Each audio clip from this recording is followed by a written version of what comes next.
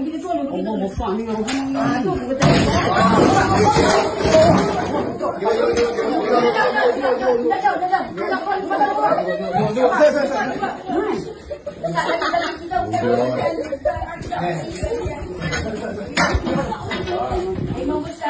Ya, nak pondok weh. Tapi badan ni belakang ni. Dia dulu.